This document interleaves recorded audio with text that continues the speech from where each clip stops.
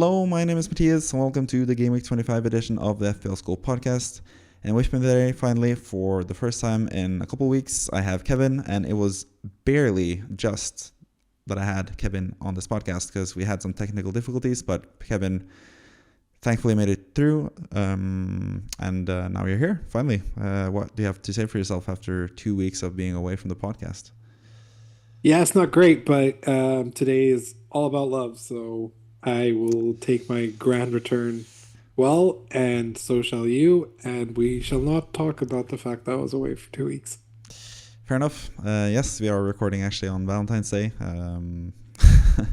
but this is going to be published on the Wednesday, so yeah, that's old news to you guys. So hopefully you guys watching or listening had a nice Valentine's Day, regardless of how you celebrated it, or if you didn't, whatever, really.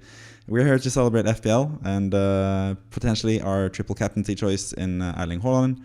I know for sure that I'm going to pick him as my triple captain this season, or I'm pretty damn sure I'm going to. Unless there's like some massive news that Salah is 100% going to play both matches, then maybe I'd be tempted to go to Salah and triple captain him instead. But I'm going to use my triple captainship this week. Anyway, I don't think there's any other good weeks, or like there are other good weeks, but I think this is like the best possible week with the fixtures that he has and all that stuff. So are you going to do the same? Are you going to triple captain Haaland, or are you going to potentially wait to do it on someone else at some point?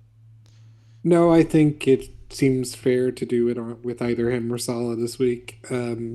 If the training videos are any indication of him being ready, I don't know. I don't want people to speculate on that either. Just wait until we might hear some news before putting Salah in, because I know so many people who lost value on him because of certain news and etc. So take everything with a pinch of salt. I think Holland is the obvious candidate, especially because he kind of biffed it against Copenhagen. He missed some well, not open headers, but like things that you expect him to put away. So Yeah. I think he's going to be doubly as fired up. He wants to sort of shake off the rust. He did against Everton, of course. He picks like Everton to score a brace against, but yeah, fine fixtures.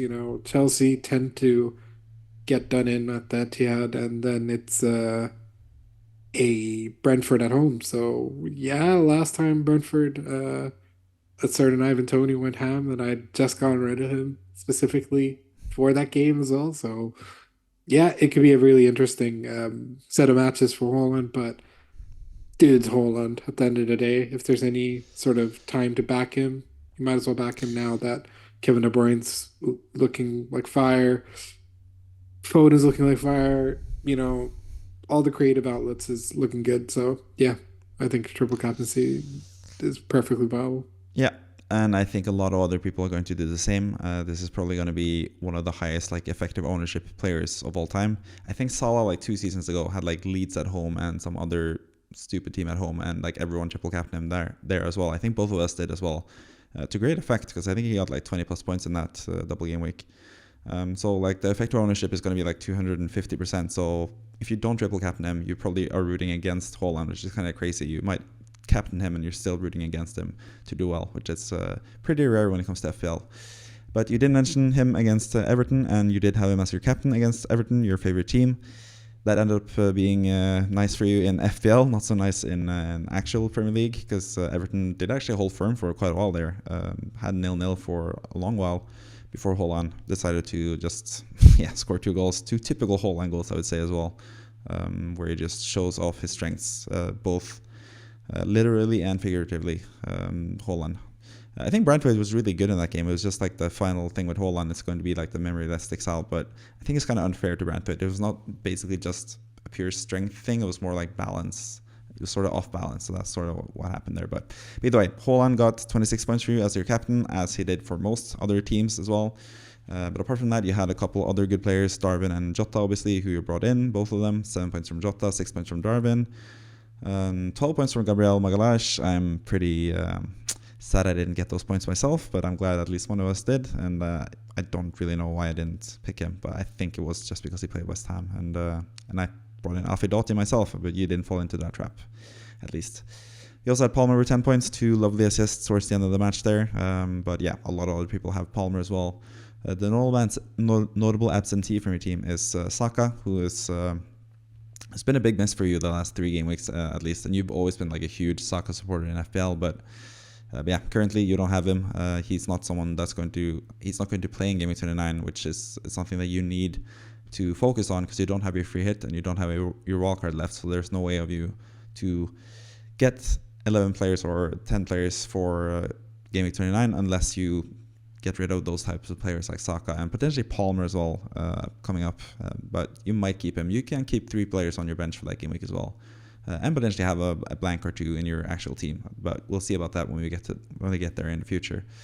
But either way, 2 pretty successful transfers. The main reason you did those transfers, I assume, was for the double game week, which is coming up now as well. So the big returns from those transfers haven't even happened yet. And we know Elisa and Isak are pretty much useless because they're both injured. They are fantastic players that we both like a lot, but they are injured, both of them. But yeah, overall thoughts about your game week, overall thoughts about your team, any players that you are kind of annoyed with, any players that you wish you had. What's the latest status with you and your team? I think the really stupid one was playing both Estupinian and Pedro Porro when they're playing each other, and I had gone out and said it's going to be like a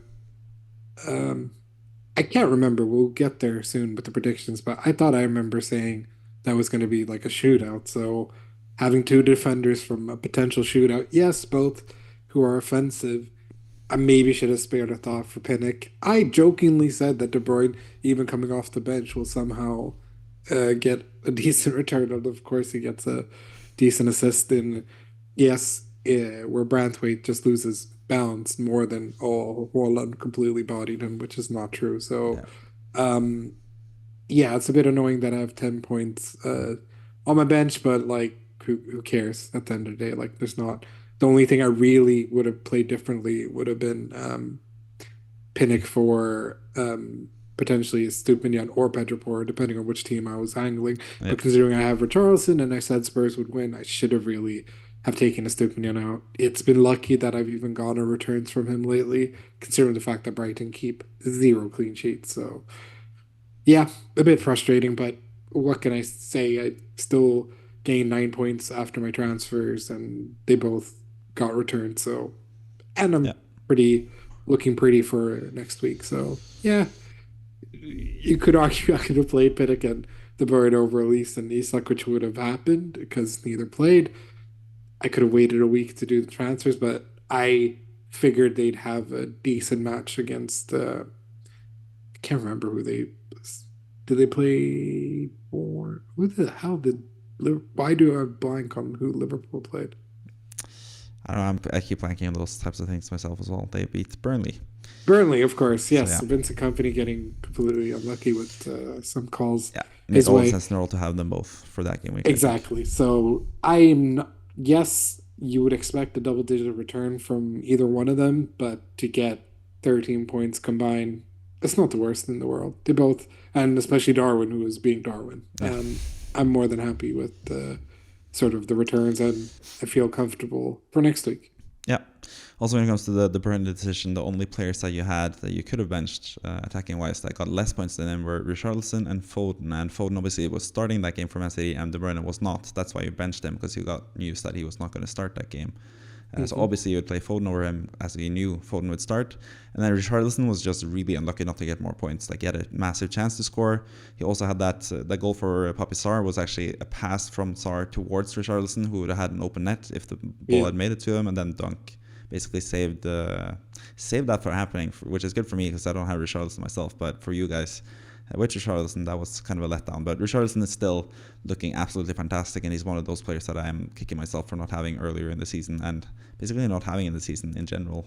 Spurs, I've just gone against this whole season for some reason or another. But yeah, he was unlucky not to get those points. So I think De Bruyne, again, he got 30 minutes, and he's gotten a return every single time he's played, ever since he came back. And that happened again, but you can't really expect that every time he plays 30 minutes either. So yeah, I fully go behind your decision to bench him, knowing that he wasn't going to start that game. And yeah, I think you actually played this week pretty well, and you're pretty well set up for the next week as well. And you also are not looking too bad for Game Week 29 either, where you don't have your free hit and you don't have your wildcard to navigate that. So I think your team is actually in pretty good shape for those game weeks. But yeah, we'll see more about that later on in the podcast. Moving on to Kimo and his team, the third final founding member of the FPL Scope podcast. He got 76 points. He also brought in Darwin. He already had Jota, so he got those points from them. He sold Joao Pedro, who was injured, who's going to be out for a couple of weeks now, I think. Other than that, Haaland captain, as most people did. 4 more points from Trippier again, 10 points from Palmer, and he actually had Saka with his 15 points, so that's why he sort of beat you a little bit there in the score by a couple points. Kimo also is looking decent for future game weeks. Game week 29, he might have to use his free hit, but we'll get to that as well in due time. But yeah, looking at this team, anything that sticks out to you with his team? He has pretty weak defense, I would say, but yeah, anything else that sticks out to you, I think? Yeah, but Gabriel can't do anything offensively, so... Yeah, Kimo has not had Gabriel at all since... I think maybe he had him earlier in the season, maybe not. Maybe he did actually switch him to Saliba first game week. Can't remember, but yeah, 12 points from him again. He didn't have his 17-pointer either, so yeah, he's kind of lacking him in general in his team. But yeah, other than that, anything else you would comment on with the Kimo's team? Yeah, I mean, I think it's fairly template. Yeah. Bold of him to still have Simicas after all this time. And very unlucky with Consta, to be honest. Other than that, I think the team is perfectly fine. You cover a lot of the bases in terms of the double game week players and having Saka, who is making me regret ever getting rid of him. And I've always been such a staunch supporter as well. Yeah, I mean, there just seems to be a quite interesting thing of whether a Watkins or someone, if he's going to bring someone else in, or if Simicas maybe is just a simple Bradley move. But the thing is, Simicas, I don't think he'll get to play because Robertson's back and fully back, so I don't think they'll awkwardly put him at right back either. So it'll most likely be Joe Gomez or Bradley, depending on the sort of headspace of Bradley, because how much minutes has he gone ever since his 0? He just returned to training now, I think. Sadly passed. So yeah. So it could be a very it could be Bradley, and if so, great. We've seen what he's more than capable of doing. But other than that, you could just stand pat as well and just be ready for future game weeks. Yep. We'll get to his plans at the end of the podcast, as we always do. And now we'll move on to the manager of the week. And this week it is Seth Schickler, actually, from, I think he's from the US, actually. And I think this is his first season, at least with this account in FPL. And 94 points this week, despite some weird decisions, in my view. Not captaining Haaland is one of them. I sort of get the appeal of going with Jota as the differential captain. I don't really think it's like that big of a thing, because I did think about that myself, that Haaland is playing Everton, who is a good team away from home, at least defensively. They've been pretty good defensively this season. And Jota is playing Burnley, so I sort of get that in terms of captaincy. But Haaland was sort of the main captain that most people went with. But still, he is manager of the week, and that's due to him having Gabriel, Saka, Gross, Palmer, Tony and Solanke, and Ederson. Like, a lot of people chipping in with a lot of points all across the board, basically. He also did a transfer, selling Douglas Luiz, who got 10 points, for Jota, who got 7 points. So despite the wrong, in the end, outcome when it comes to captaincy decision, and also the wrong transfer decision, he managed to become the manager of the week. So hats off to him still, I guess. He has a pretty strong team in general.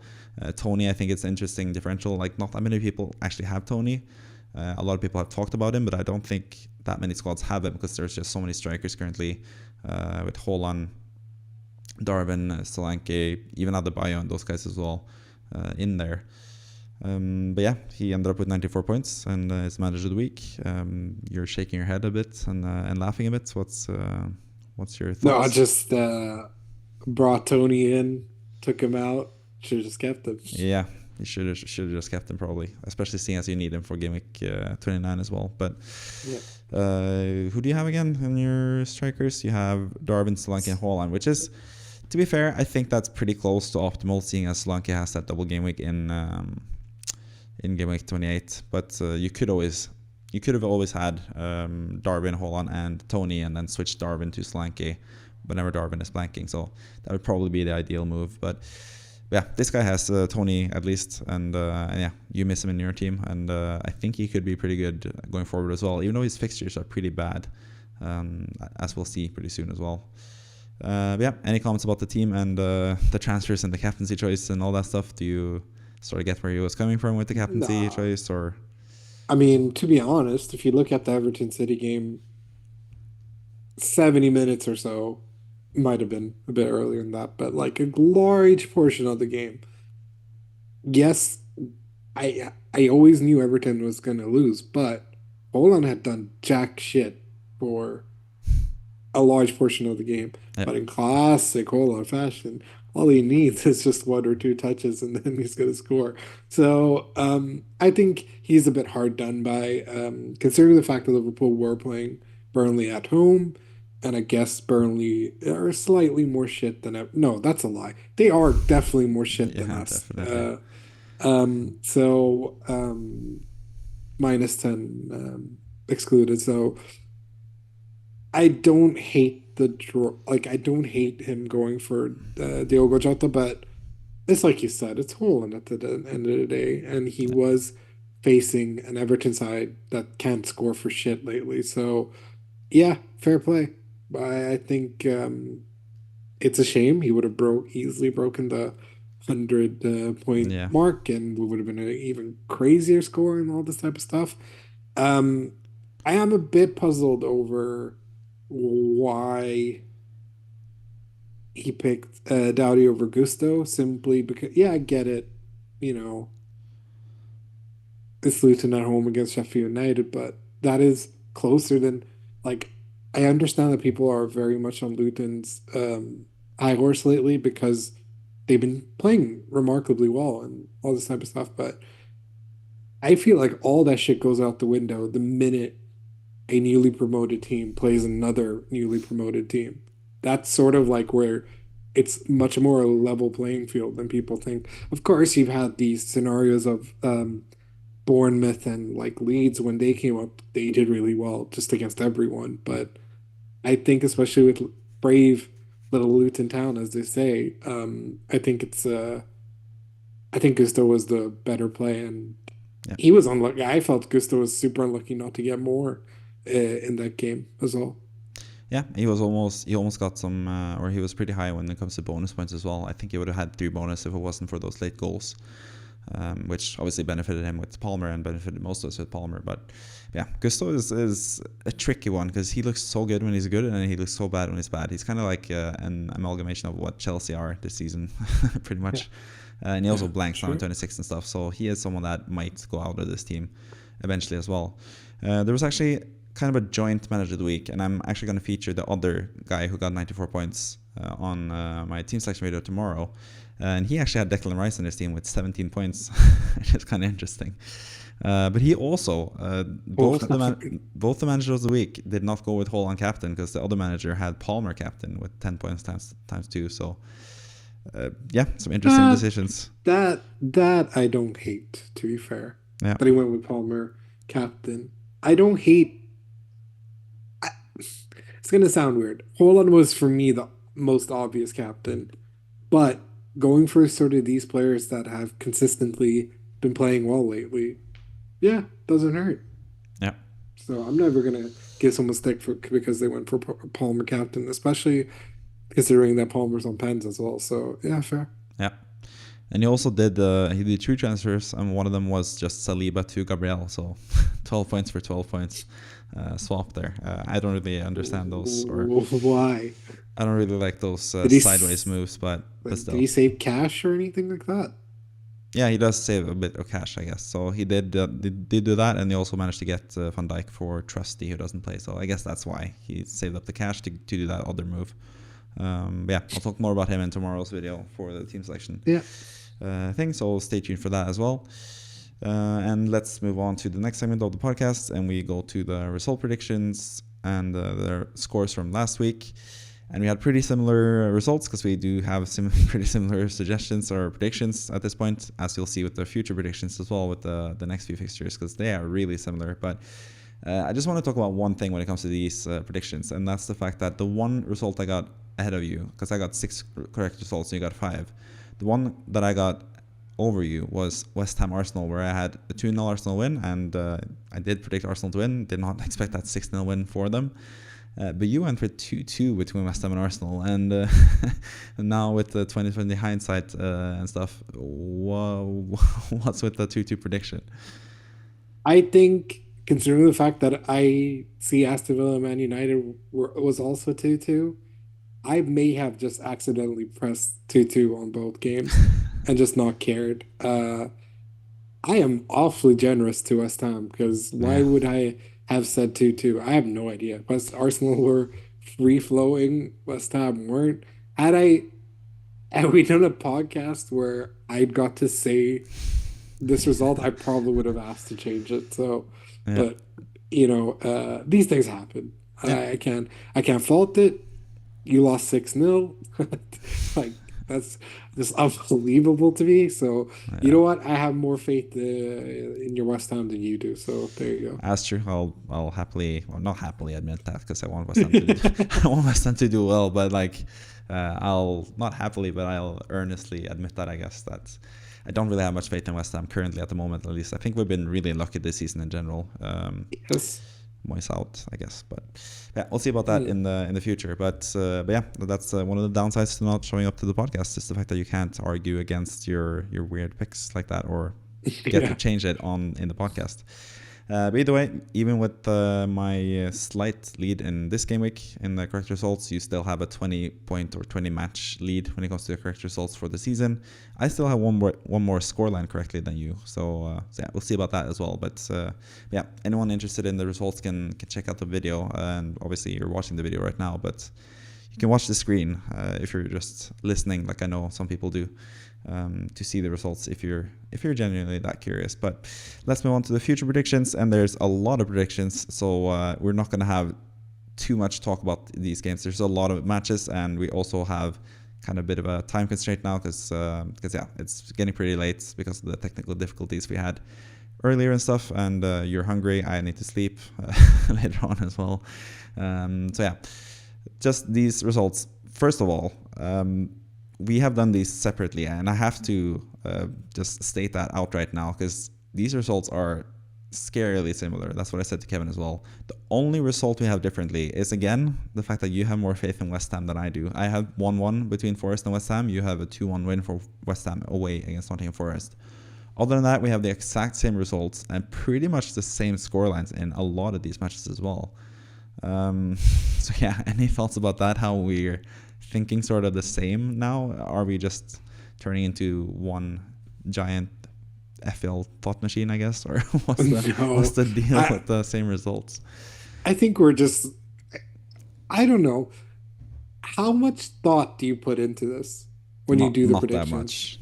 Exactly. And I don't think I do. like I'm not, like, I think it's a gut feeling type of thing. Yeah. Like, I think people want to hear us do what a lot of content creators will do, is watch the bet spread and check the odds and like be like, historically this is what they do, historically this is what this has happened, and this is what the current form of this player is. Ah, man, I just go with feeling, like you said. I'm just like, you know what, Liverpool, yeah, they can cash in 3 against Brentford. Well, Brentford scored, yeah, probably an Ivan Toney goal in there, and then I just repeat the process and go like, oh, Burnley suck, Arsenal win, and just go from there. So I think it's just sort of that, and then going, okay, that last week I gave like no clean sheets. Maybe this week I should think about clean sheets and who can provide said clean sheets, and that's why I've added like only 3 or 4, because 4, it's quite tightly contested in the Premier League currently. There are a lot of clean sheets that go away. It's all these like random ass teams that end up getting them. So yeah, including like Everton, like when Brentford goes crazy and stuff. So yeah, Um, I think that's sort of why. I think if we both did the research and all this type of stuff, it'd probably be the same result, if that makes sense, because we both would have read the same statistics and this and that. We Yeah. probably would have still come to the same conclusion. So it's just funny how these sort of things work. Yeah, it's really, yeah. Because I made my predictions and then I asked for yours, and then when I saw them, I was just like, that's the same as me. That's the same as me. That's the same as me. That's one goal different from me. So let's see. In total, I think there's 1, 2, 3, 4, 5, 6, 7, 8, 9 goals different in terms of like the scores as well. Like there's like 1 goal more there, 1 goal more here. From me and you compared to each other. So yeah, pretty interesting in general. If you're looking at the screen right now, you can see the predictions that we have. The 2 games, I guess, were kind of different. The one is the Nottingham Forest West Ham game where you have a West Ham win. Again, you have faith in West Ham to turn it around, or is it just another quick West Ham are decent and they're actually not decent, so you might get it wrong type of thing? Or what do you feel about that suggestion now after seeing I think 6-0 is the biggest insult in anyone's sort of life. So you need a team to bounce back. they need Is to? there a better team than Nottingham Forest to bounce back against? Not really, especially because No. Nuno's sort of gotten them going and stuff. But I have a feeling the West Ham players are just gonna get stuff going again. And yeah, I probably should have gone with the draw, but fortune favors the bold, so let's go for a West Ham win. Yeah. And then the only other game where it's not really just like 1 goal difference is where I've just doubled the score that you have when it comes to Man City against Chelsea. And that's actually one of the more interesting games, I think, this week in general, because Chelsea are just so difficult to predict, and Man City are just absolutely fantastic normally. I've gone with 4-2. I think that's a bit crazy. I think it's kind of more because of the 4-4 result earlier in the season. You're going with a 2-1 City game or City win in this game. So do you see this as a pretty close game in general? No? No, I think I originally wrote 3-1, Okay. but then I was just like, I think both teams are going to sort of tackle the game differently. While City have been free flowing, look like they're going to win the league again. Chelsea have been really inconsistent. And I think a part of me thinks that Chelsea are going to try and find the sort of counter-attacking football that they try to do against Liverpool and failed because they completely dominated, but have shown that they can do against the Spurs, Liverpool when Chelsea played at home, and some of these top 6 games that they have shown that they're a bit resilient. Um, I wasn't overly convinced by City against Everton either. Obviously, they played really well at Parkin and got a big win there. So yeah, it could be all guns blazing, but Bernardo Silva being out, and some Grealish, Grealish being out, and I believe they got Guardiola, another. Yeah, Guardiola being out for 2. Well, Guardiola's not going to be out for that long, but he's out for this game and 3 stuff like weeks, I that. think. Yeah. So a part of me thought that they maybe be a bit weaker, but I think this is going to be like a comfortable 2-0 that City sort of just screw up because they always Yeah. screw up the clean sheet. So I think bank it already, and Kunku's going to score in this game because I love me some Kunku. That might actually happen. Bank it in. He's going to score twice, maybe. I don't know. Maybe Palmer will Yeah, get a goal as well for all those guys benching him, which might be me as well this yeah. game week. Yeah, that's pretty much the fixtures, the predictions for next game week. Also, let me know in the comments if you like us talking about these games more in depth, or if you just like to sort of just brush over it. Like we said, we don't really pay too much attention to the results in terms of you don't really use that much time deliberating what to predict for these games, but it is quite fun to talk about the games in general. But yeah, let us know in the comments if you have any ideas about this segment and if you like it or not, stuff when we go more in depth, or if you like it more when we brush over the games quickly. That'll be interesting to see. Gotten a lot of good comments actually lately on the channel as well. Like a lot of people who send in comments like I'm fighting against my I actually had a comment with a guy who said that he was challenged by his sons to play FPL, and now because he's watching this content, he's actually beating them in his mini league, and I thought that was pretty cool. So yeah, any Nice. comments are really fun to see. So yeah, highly encouraged to comment on this video as well. Moving on to the fixture ticker, and this is going to be pretty interesting and important for you at least, because like we mentioned earlier, you don't have your free hit left, you don't have your wildcard left, so you need to use your free transfers from this point up until game week 29 to basically get a full team in game week 29. I think if you use every single transfer from now until game week 29 on players that play in game week 29, you'll have 10 players starting. If you don't use a hit, you could also obviously do a hit and then have 11 players for that game week.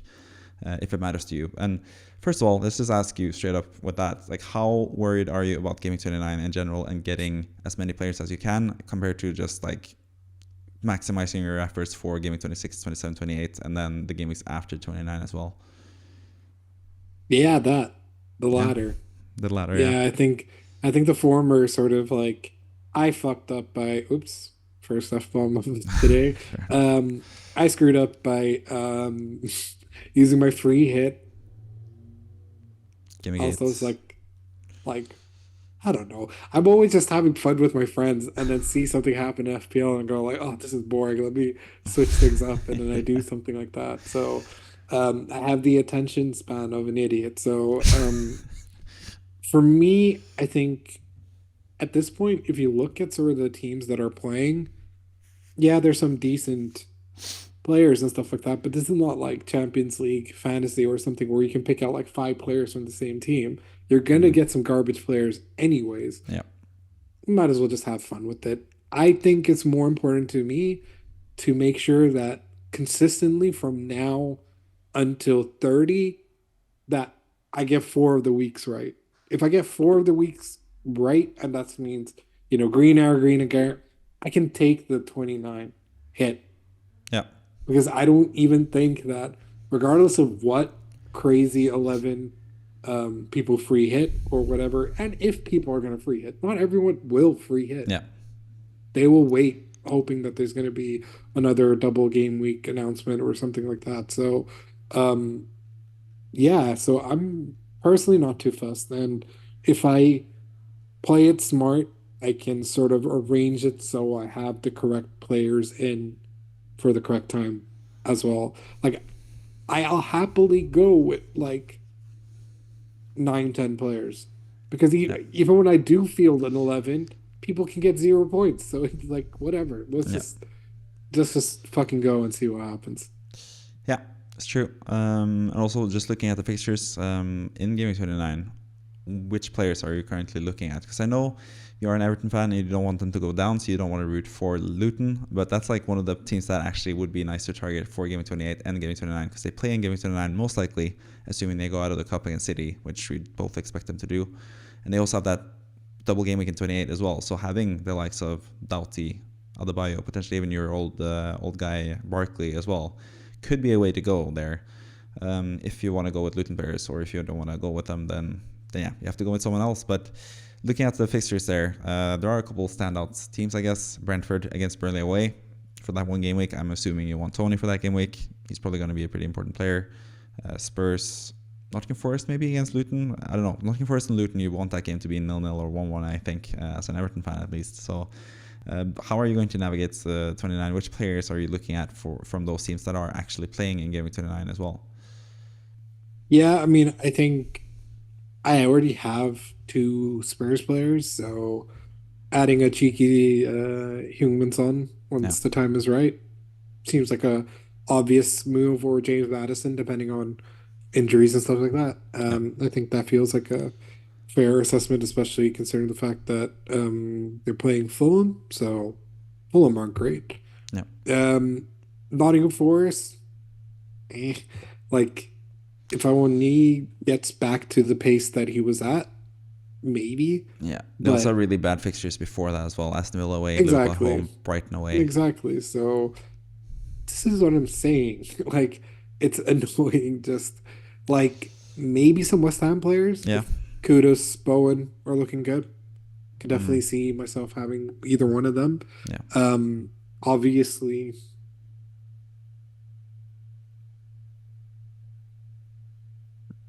I want to say his fucking name. You know exactly who it is No, as well. I don't know. I have no idea. Tony? Bolly Watkins, man. Mr. Ollie Ollie Watkins. Watkins himself, Yeah, who I have a real love-hate relationship with. So, he could easily be your Gaming 26 replacement for Darwin. yep, Nottingham Forest at home. I think that makes a lot of sense. yep. Yeah. And I feel like I can finally go back to the yay Watkins sort of Yeah, you're gonna mood jinx of him. Yeah, that's the things. only thing that's gonna be a 100%. downside. And I want, you know what?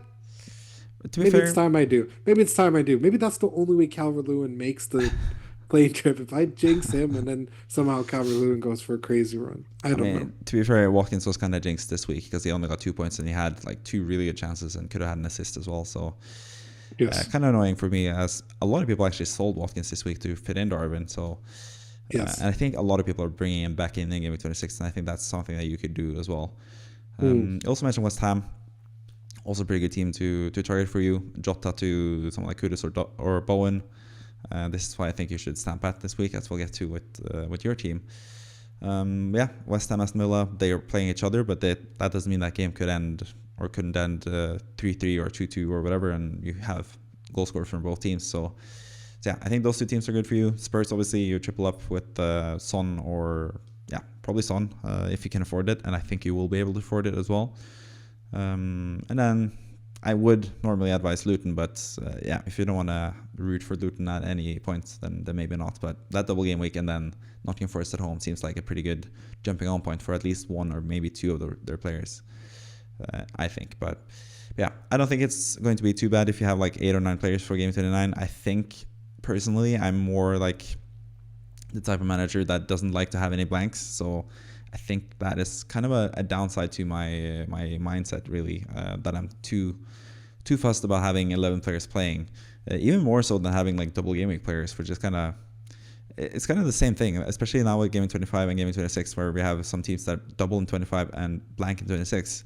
They play exactly the same amount of fixtures as a team that blanks or that plays one game in 25 and one game in 26. So you should really ideally look at it as one game week in total and see how many games you have left. And then that leaves only Man City and Brentford really with more fixtures than everyone else, and only Chelsea and Spurs with less fixtures than everyone else. So I think that's how you should look at it really when it comes to blanks and doubles. But yeah, I think FPL is a mental game, like you said. The main drawback for you is the fact that your attention span and your willingness to just have fun with it and just do crazy transfers is too high for someone that's looking to have consistent, like super high finishes, I guess. But I think next season, if I end up just having a zombie team, which I might do still, I'm still considering that. I might coach you and like be super tough on you to just do the right thing when it comes to FPL. I think we would do really well as a team in that way. But yeah, that's for the future anyway. But looking away from Game 29, if you, for example, like me, are going to free hit Game 29 and not worry that much about the players playing in Game 29, because I think I'm only going to have like 3 players available for Game 29 when the time comes. A couple Spurs players, I guess, and potentially, well, Tony I don't really need to have in my team, so I can just wildcard or free hit him in myself. But looking at Game 25, 26, 27, and 28, which players do you think are looking good? Obviously, this is ranked by difficulty rating in terms of the matches and how many matches they have to play. But which players stand out to you as like nice differential punts for the next few weeks, or which teams really would you like to target for the next like 4 weeks? Obviously, Solanke's 27 is just Yeah, out of this world. So from 27 and 28 looks super sick. Aston Villa, don't hate their run of games. yeah, I think all of those teams and Spurs at home could be perfectly viable options, yeah. and West Ham away on gaming 29. On the topic of Oh, Villa players, anyone else than Watkins that you would consider?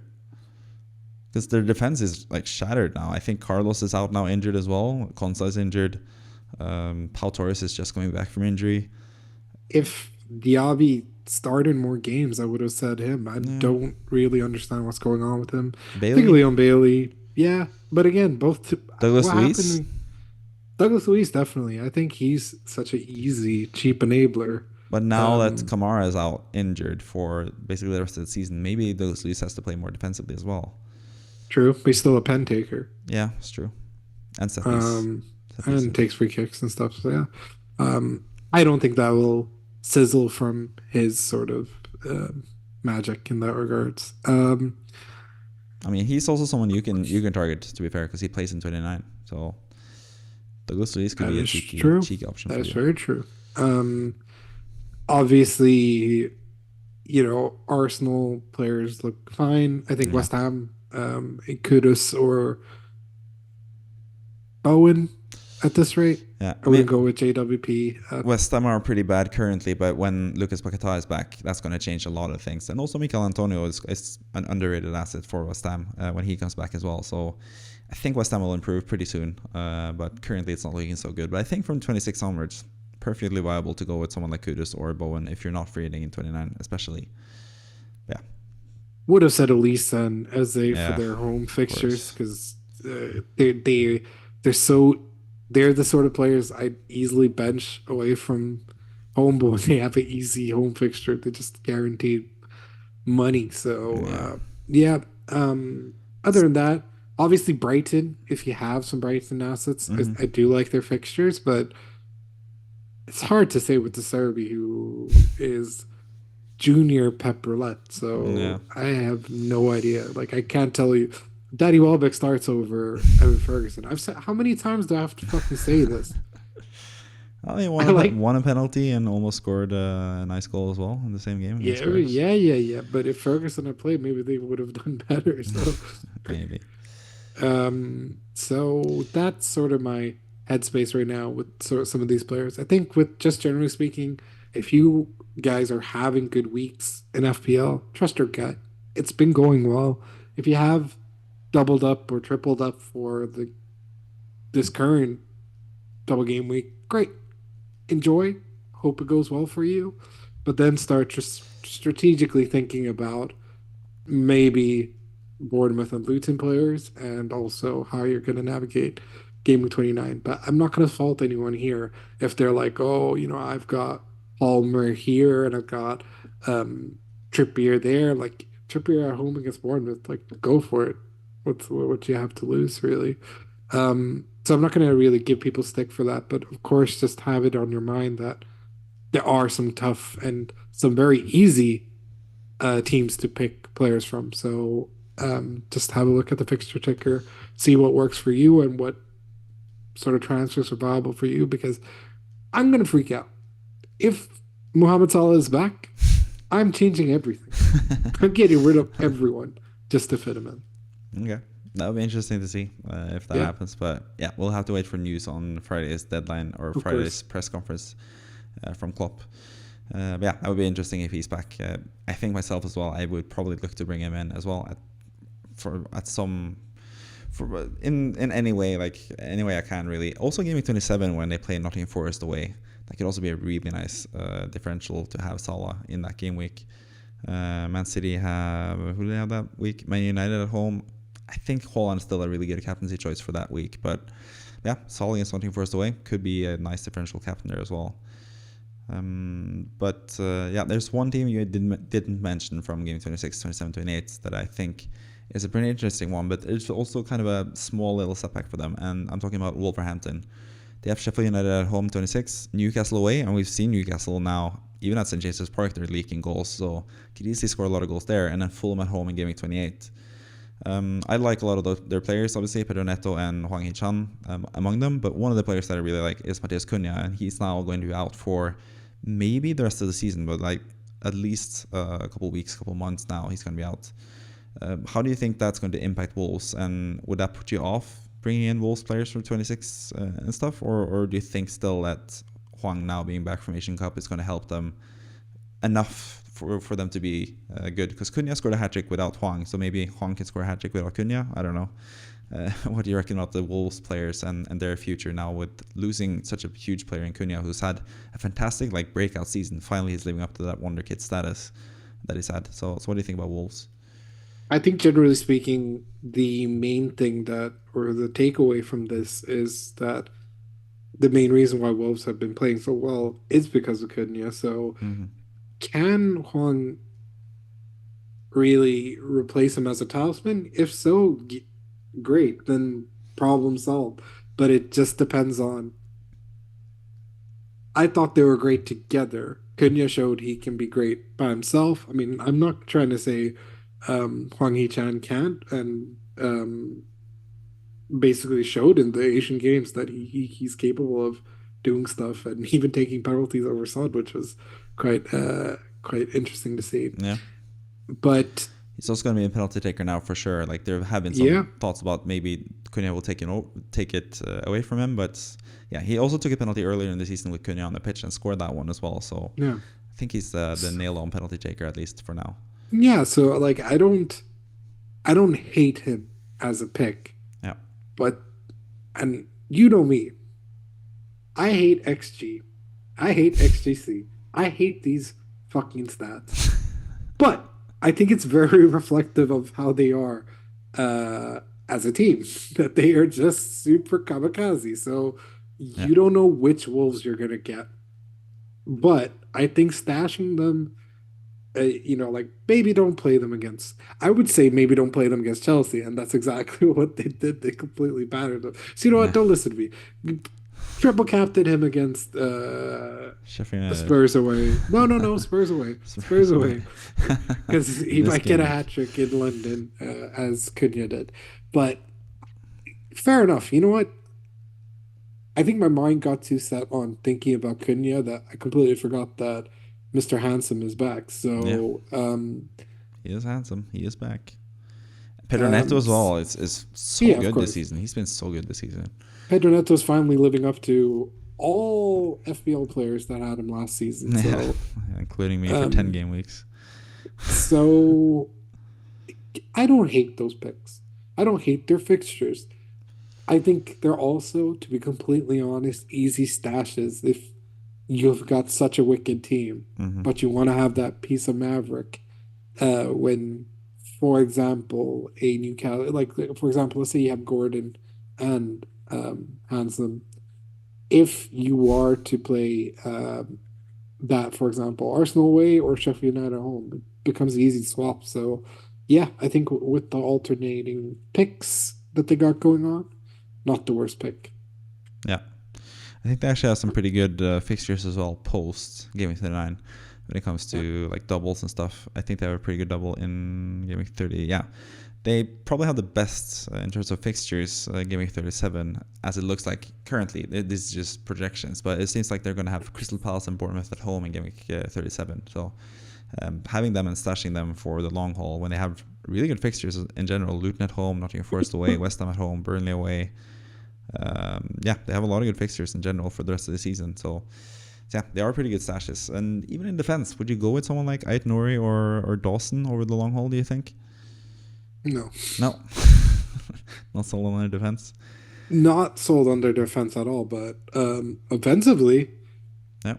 Did Lazio win today? Yeah, they beat Bayern Munich 1-0. Red card to Upamecano. Harry Kane curse. Okay, sorry. Yeah, proper. Oh my God, Tuchel's gonna get fired and become Barca coach. But no, yeah, no thanks. You were saying? I can't even remember at this point. You were talking about them defensively. Yeah, I mean, Ait Nouri or Dawson as like players that can chip in for several game weeks, like when you need them to. I like Ait Nouri just generally speaking. Yeah. So wouldn't be the worst pick. He's been playing as like almost as a striker lately. He's been so like far up the pitch and almost in the box a couple times, but I don't know if I trust him fully to play every single minute and stuff for them. So I think I actually prefer Dawson myself. He's been scoring a lot of goals, especially lately. And obviously, as a West Ham fan, I have a bit of a Ball on Dawson. Soft spot for him. So Ball on Dawson, yeah, exactly.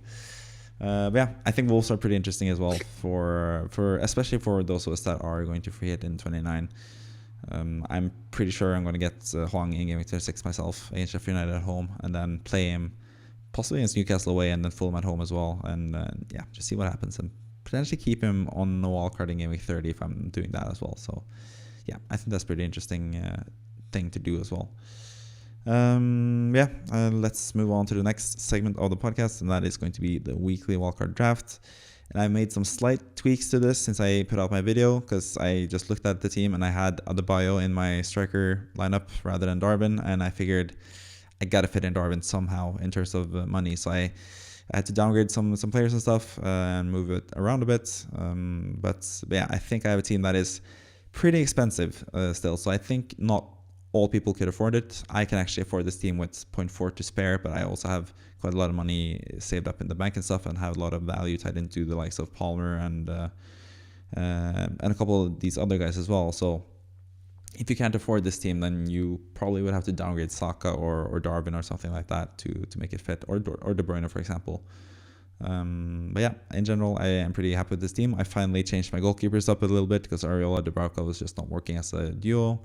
I still like Dubravka as like a cheap enabler that you don't really have to play that much. And Neto, who plays for a pretty good defensive team in Bournemouth, they've actually had some pretty good defensive stats this season. And the fact that they have double game week in 28, that Sheffield United Luton game. I think this goalkeeper combination looks a bit better. Also have Senesi as well for that double game week. And obviously going to get Solanke by that time as well, with Darwin going out in game week 26 with this wildcard draft. And the other thing about this wildcard draft is the fact that I have 4 players blanking in game week 26, and that means with the 1 free transfer to game week 26, you can have a full starting team for that game week as well. You have to play some players like Senesi against Man City and stuff, but yeah, that's just something you have to do in blank game weeks, I guess.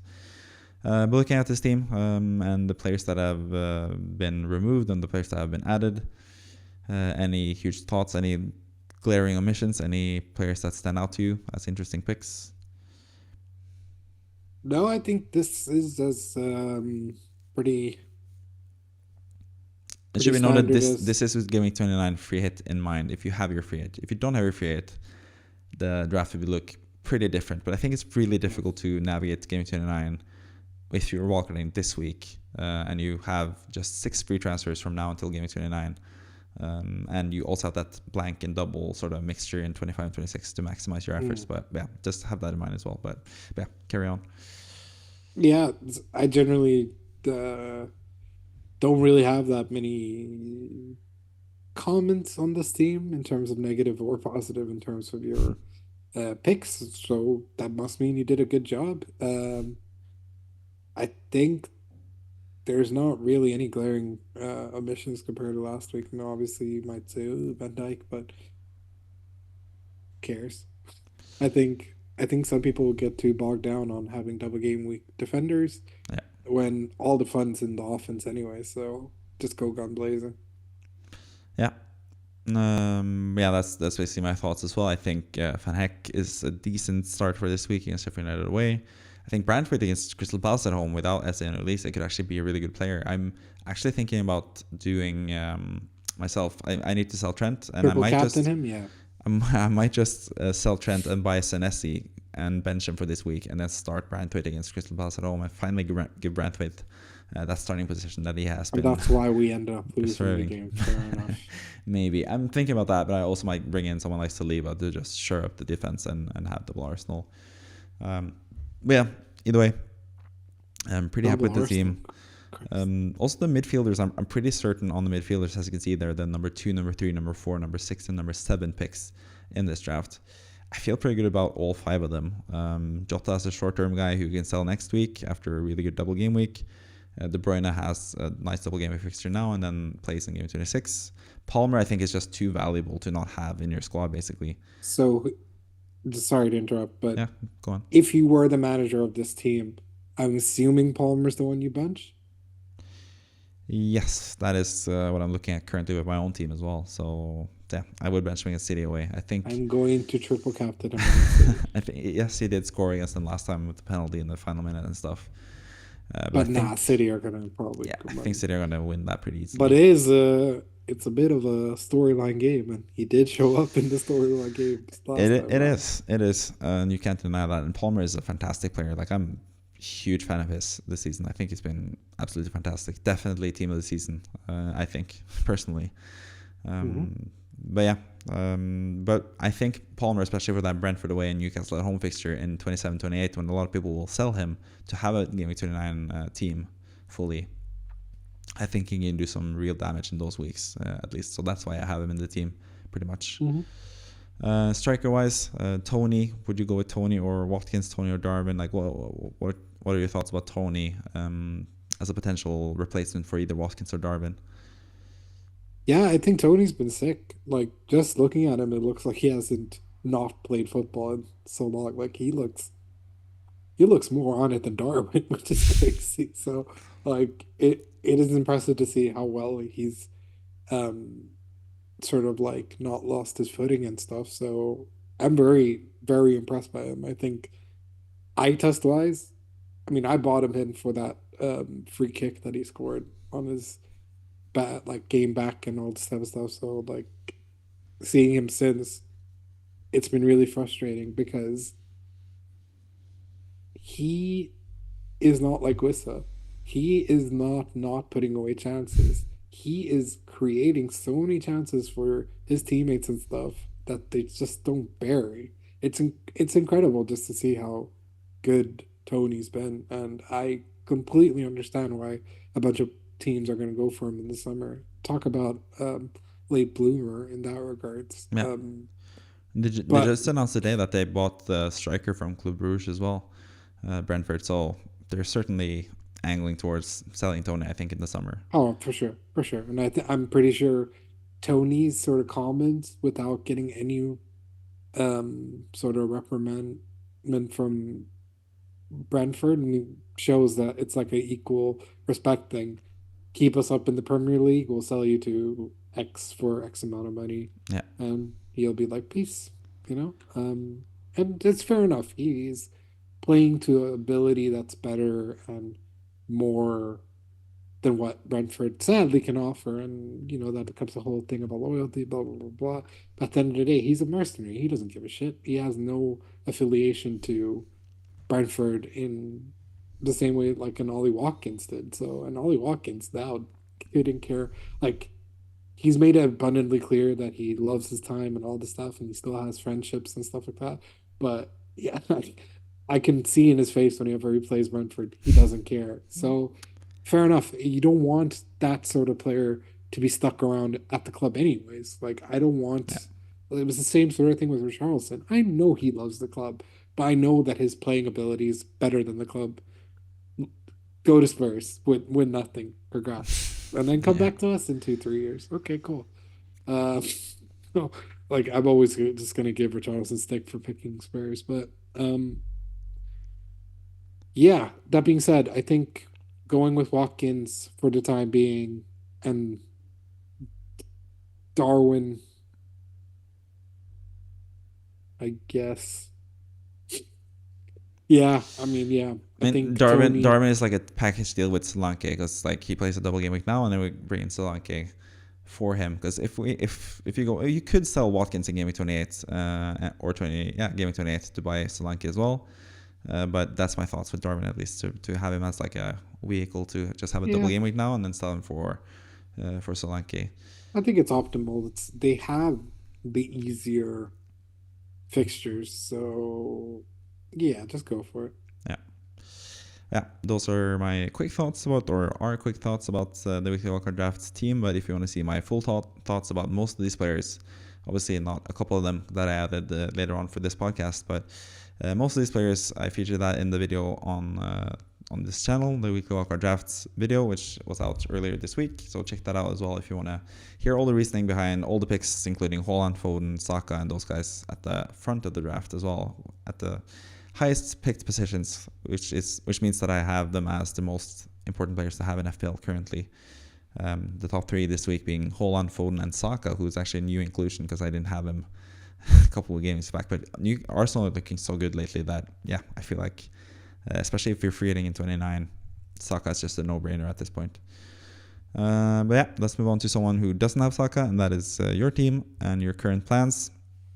And I didn't, or didn't you didn't send me any like transfer tips and stuff for what you're looking to do, or even your starting 11. I didn't even get from you before this podcast. Yeah, like I'm not Um, even sure I'm gonna play Pinnock. that's the thing. That's what I was gonna ask you. Would you play Pinnock or would you play Estepinian? Because you have to choose between them. Feel like I have to go with this opinion. Yeah, I feel like it only because the fixtures for Pinnock are just terrible. But yeah, I could see them conceding multiple goals, which yeah, will even increase their potential for minuses. So, um, it's going to be a tough decision. Do I potentially bring in some? I don't know. I don't think so, but currently I could be starting a Stupinian. I could Yeah. also bench boost because I'm an asshole, but yeah. Nah, not with Taylor against Arsenal. Which means I was kidding. Obviously, I'm not. How can I bench boost if I'm triple captaining? So That's true. no, it's not gonna happen. But Palmer is a fucking headache for me. I could potentially Palmer. bench Solanke for Yeah, him. you could. Newcastle are pretty bad defensively though lately. I just don't know. It's like Palmer's sick currently. Solanke's inconsistent, so it's picking which one I prefer. Yeah. And I'd probably pick the more consistent player. I have benched his ass before. Okay, sure, it was against some random ass shit team, but still, I have benched Palmer before. It hurt me badly. Yeah. Same here. But I actually have the same decision that I have to make. So, yeah. I just if think you're City are benching just. him, I'm starting him. If you're starting him, I'm benching him. It's just Fair that's enough. just how the game goes. No, Fair enough. I have no idea what I'm gonna do with Palmer. But if I stand pat, I'll be honest. I could potentially get rid of Solanke to get Tony and just be like, inshallah, score a penalty. But I don't know. I have no idea. I think I want to stand pat because that's the reasonable thing to do. But I know me. 10 minutes before deadline. Should I Salah? And then did I get him? Did I not? I What would don't your know. route be to get Salah? Either way, really. Like, which midfielder would you sell? Goodbye, Jota. Thank you for 7 points. Goodbye. And you'd still have to make And up the money, so you'd have to sell what? De Bruyne? are you dumb? I'd probably get rid of 2.2 million. Solanke. Probably get rid of Solanke. For who? I don't know. You can't While get Salah. Pedro? You can't get Salah. Sorry. Shut up. That's not gonna happen. No, I sell Solanke. I sell Diogo Jota. That's enough. I I don't even think that's enough, even if you buy a I don't think so 4.3 either, but midfielder. don't destroy my dreams, okay? We'll see. Maybe you can fit in Salah somehow, but I think you would have to sell De Bruyne actually to be able to do that. And yeah, I don't Even think. then, it's technically not enough. I still need to sell Jota as well. Nah, you would be pretty close. You have 2.2 million in the bank, so that's pretty close between De Bruyne and Salah. It goes to the price. I think De Bruyne is what 10.6, 10.8, 10 points, something like that. He is 10.8. You have 2.2 in the bank. That means,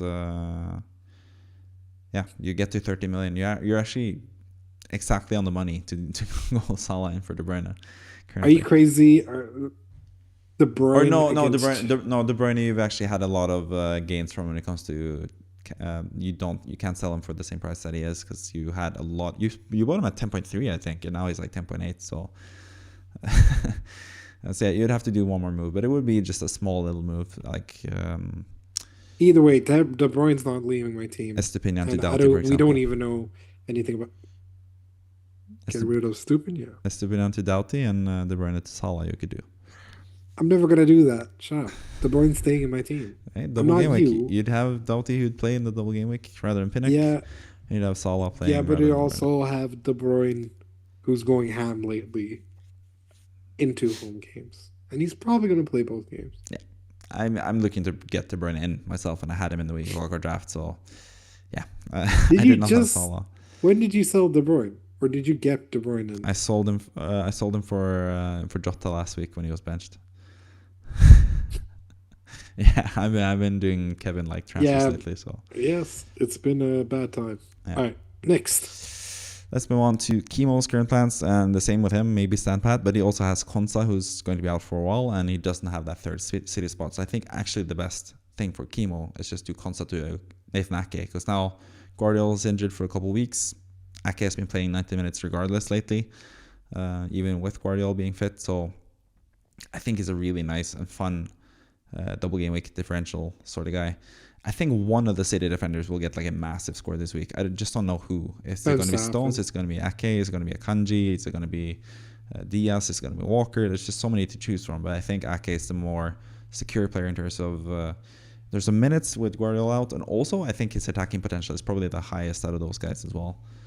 But yeah, The other thing here is, again, the starting thing. You would probably bench Chimicas here and start Branthwaite, yeah? Right? Yeah. Yeah. Because I I don't know. would say so.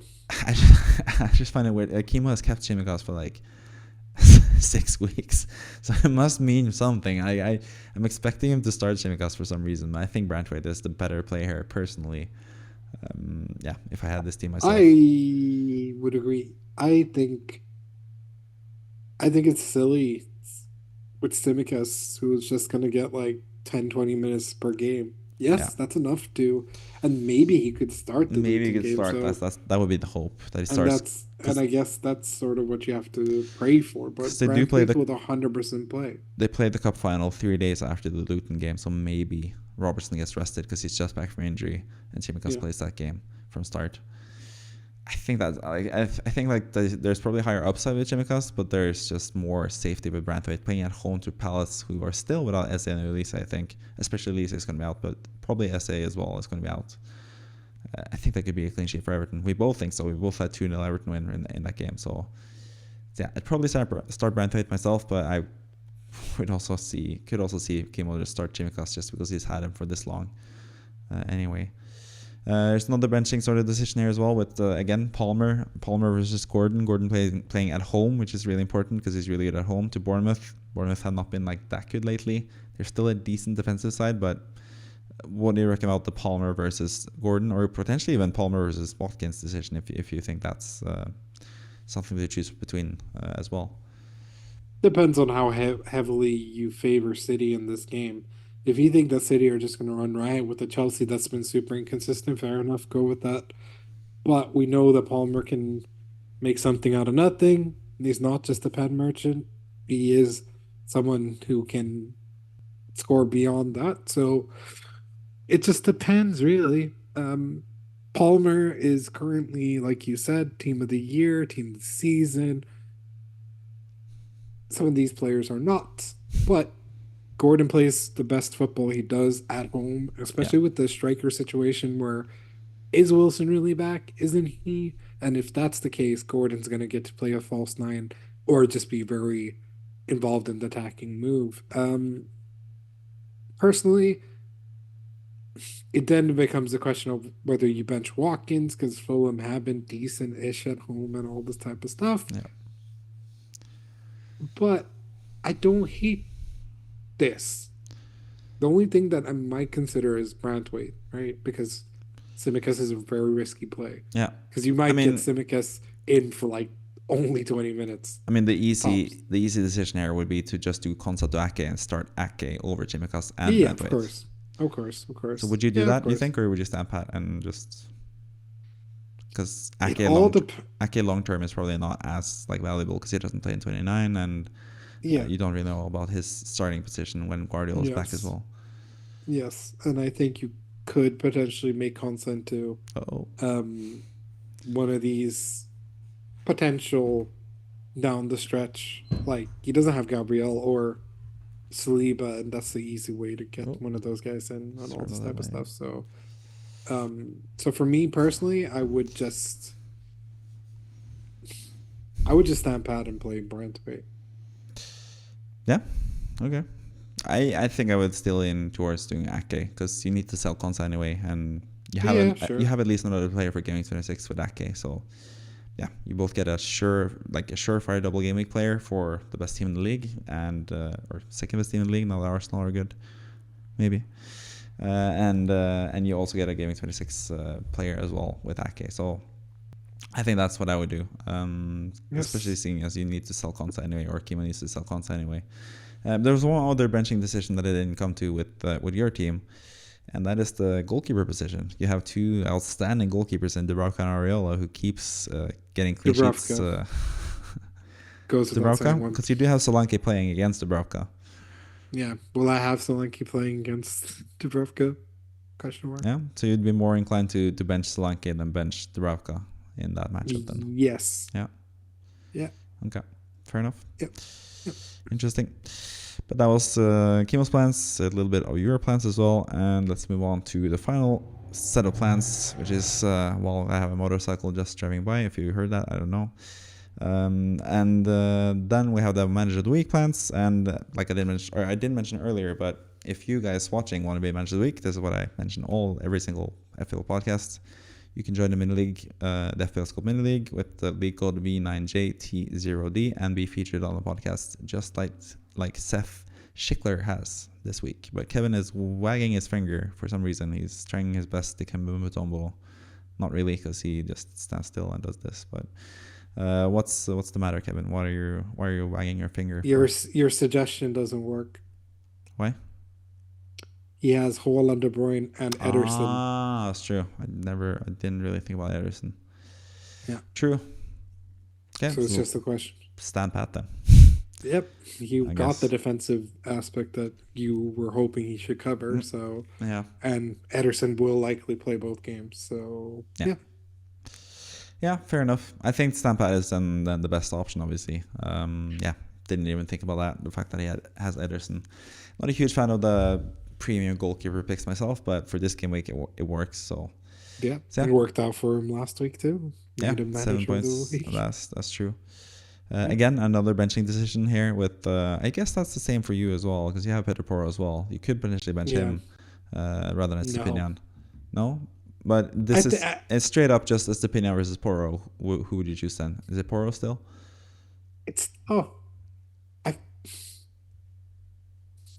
Neither team can hold a clean sheet to save their lives right now. However, Spurs are better at home. Yeah.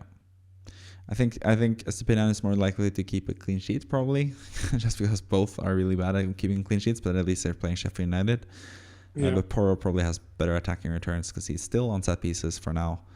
So yeah. Probably lean Porro myself, but do you agree? Yeah, I think so. Yeah. And then with who knows if Estepinian will even play, because it's De Zerbi. Yeah, that's true. Then the other thing would be, again, Palmer, if you want to bench him, or if you want to bench someone like Solanke. I don't think any of the other players is someone that you would bench. I think Gross is actually a really nice pick currently. He's also on pens while João Pedro is out injured. He's on set pieces, been getting a lot of points lately. Does Mandem want Darwin for Solanke? That could be a potential transfer as well. Obviously, you'd have to bring back Solanke for Game 28, but yeah, that could be something. But that also leaves him without 10, or he needs to do a hit then to get 11 players for Game Week 26 as well. So that's probably why you just stand pat and have those 2 free transfers to sell. Because he has Palmer, Gusto, Jota, Doughty. I'm going to enjoy Darwin's 20 points, but yeah. Maybe. I don't have Darwin myself either, and I'm probably not going to bring him in. Goodbye. So hopefully Darwin is just being Darwin and keeps missing chances, and Salah comes back and he's benched and all that stuff. But we'll see. Yeah, we'll see.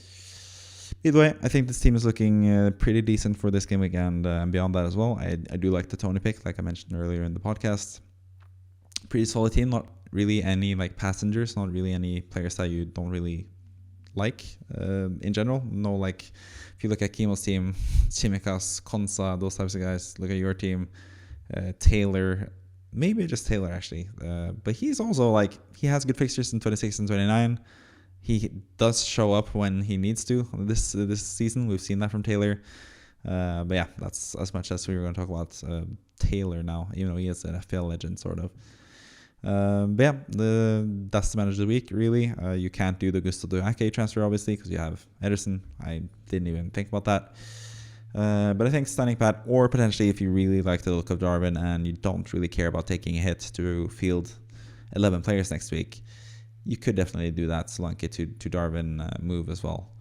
And that's just to reverse it the next week. But yeah, it's quite costly to do 2 transfers just to do that, rather than saving 2 transfers and having more flexibility for the future, I guess. So yeah, either standing pat or doing Solanke to Darwin would probably be the move to do this game week for Seth Schickler as well. And that's pretty much it for the podcast.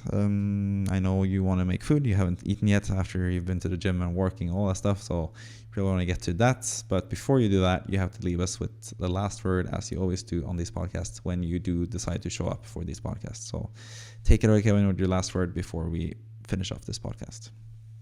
Why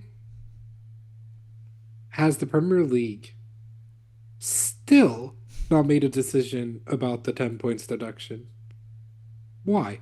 That's going to be the final word of today. Why? And the streak is over. You didn't drop an F-bomb in the final word. So Fuck with that, thank you for watching and goodbye.